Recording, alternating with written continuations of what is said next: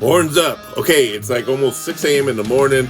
You know, my job, I do overnight, so on the weekend I got to pretty much stay up all night to keep my sleeping schedule. But guess whose album just dropped at midnight tonight, which is a weird day to release a new album, is on a Sunday. Who releases albums on Sunday? Anyway, Geoff Tate, Operation Mindcrime 3 is finally out. You know, we only got the first single a while back called Power. I know it's had mixed reviews. I think the majority of people liked it. I know it took me like maybe 2 or 3 listens to really, really like it. I liked the whole referencing to Operation Mindcrime 1 and some of the parts of 2 or whatever. I like in the lyrics, especially with the chorus. And so, but at least it gave me enough to where I was like, wow, okay, if this is probably, I wouldn't say it's the best song in the album. I'm hoping this is not the best song in the album, because that would mean the rest wouldn't be as good. But the fact that they gave us a taste of something that was actually pretty good gave me enough to where I'm thinking, okay, let's check out the rest of the album. I really want to hear it. And I'm impressed, you know. So I gave it a full run through. It released at midnight. I started listening to it about maybe 4 or 5 a.m. Listened to it all the way through. It's 13 tracks, 45 minutes long. This apparently tells the story of Dr. X, because the way Geoff Tate explained it, that we've already heard Nikki's story and Sister Mary or Mary. And I still don't understand the full-on concept. I think it's one of these things where I like, if it was in a book form or a comic book or, or maybe a movie, which it needs to be done as a movie, I still don't understand the main plot. You know, just when you're reading the lyrics, it's kind of hard to tell what the actual plot is. Yeah, I'm sure there's somewhere like maybe online where like it explains everything in detail, but I never really got into the full plot of the whole story of Operation Mindcrime. I know it has a lot to do with political stuff, and there's a hitman, and which I would imagine Nikki's a hitman, and he was a drug addict at some point. But who this Dr. X guy is, I guess, was always been the mystery, and that's why Geoff Tate said, okay, we're going to write Dr. X's story. And so, you know, it starts off with track 1, the scene of the crime, which is basically kind of like, it's basically kind of opens up the way Operation Mindcrime 1 does. You know, I'll play a little, I'm going to play a little sample of each one. I'm hoping that it doesn't get muted or blocked on TikTok. If it does, I'll just have to edit it. As you can see, it's kind of,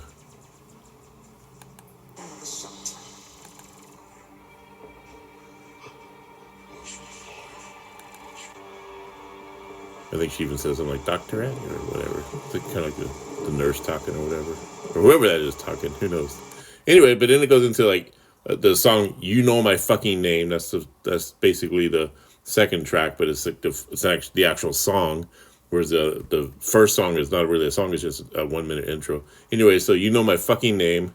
Of course, "fucking" is censored. It's got F little dot G, which I don't know why they did that in this day and age. I love the keyboards. I love this chord change.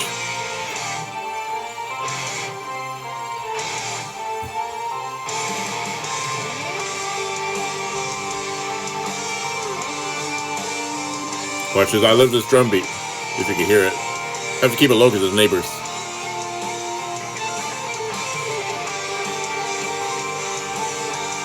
Yeah. So there's a lot of really cool, interesting drum patterns, the rhythm patterns and stuff. It almost kind of reminds me of Catatonia a little bit, like.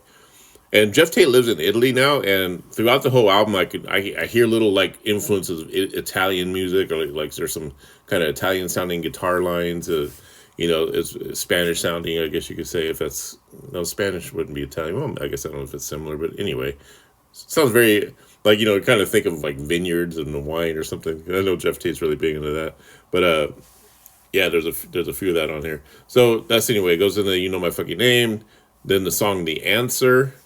It's got kind of a chuggy guitar in the beginning. Let's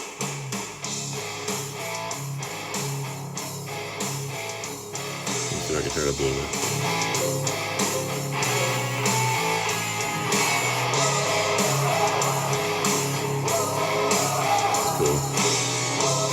Then it goes into a song called "Vulnerable." That kind of sounds very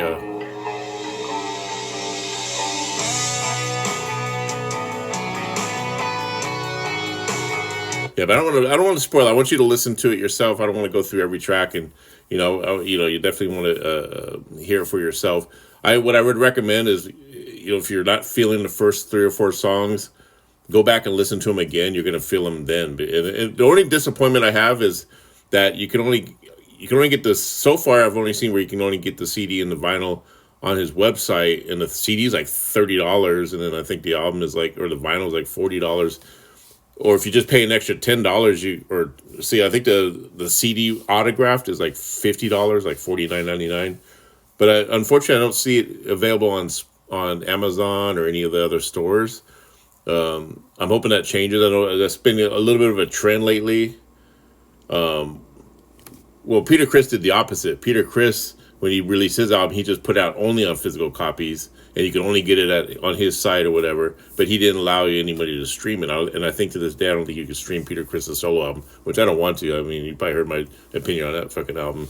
But anyway, so Geoff Tate has it where you can stream it, but makes it kind of very difficult to buy the physical copy. Like you have to buy it from his website, and it's a little bit pricey. So I'm going to eventually get it. So I got to stream it for now. But my main complaint about the streaming is that it doesn't really have lyrics. I mean, unless maybe it takes them a while to like post the lyrics. Like I said, it just came out, so maybe they're going to add lyrics a little bit later on. But I want to be able to read the story while I'm listening to the album. But Vulnerable's good. I'll Eat Your Heart Out. That's the 5th track. Do You Still Believe is a very good song. It's like, it's kind of religious. I would imagine it's part of the storyline. The line is like, I remember the Operation Mindcrime is like, I don't believe in love. And this is him questioning, do you still believe in God? And then he's saying that he doesn't believe in anything anymore. So, and I think that's probably Dr. X talking or whatever. I think this is like the transformation of Dr. X turning into this monster, I guess you could say, or this evil guy. I think it probably starts out innocent and he gets into this, becomes this, good doer, evil doer, Doctor Doom. Anyway, so far I love that track. It's got piano. He's got this really female vocalist. She was on tour with him, or she's still on tour with him. But when I saw him live last year, the end of last year, she brings a lot to the band. I mean, I think she's doing a lot of the stuff that Garma was doing vocal wise, and plus she's playing keyboards. She's amazing. So she sings on this song.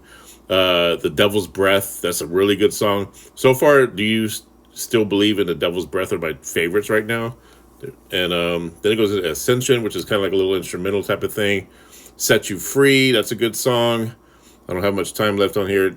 Dissension, that's a really good song. Empowered. I'm glad Power is like on the 11th track, because I hate when they release new singles, or I hate when they release singles before the album comes out and they're the first 3 of the record. You have to like skip through those because you heard them so many times. It's like, so I'm glad that Power is kind of towards the end, because it would suck if it was like the first track or something. You got to skip it because you heard it already.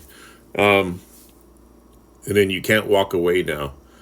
That's kind of like that's kind of like a narrative part. That's actually tells the storyline, because it's Dr. X talking to Nikki, and it's like this. It's just a scripted acting. There's like a little theater in it. So that's a standout. And then it goes into a song, A Monster Like Me, which is really good. So the first half you have to kind of get used to the songs. I would just go back and listen to them twice. So the second time I listened to them, I was like, wow, these are actually really good. But that's from Do You Still Believe, the 6th track all the way to the 11th. I mean, or all the way to the 13th track. Really good. I'm really impressed with this album. We'll see how it sounds in about a week or 2, or maybe a month or so. But right now I'm really digging it, just from what I've heard. And so get out there and get Operation Mindcrime 3 free, as they say in England. Is it better than part 1? No, because that set the bar the highest. I feel it's definitely better than part 2. It's definitely a step in the right direction for Geoff Tate. Hell yeah. Horns up. Peace out.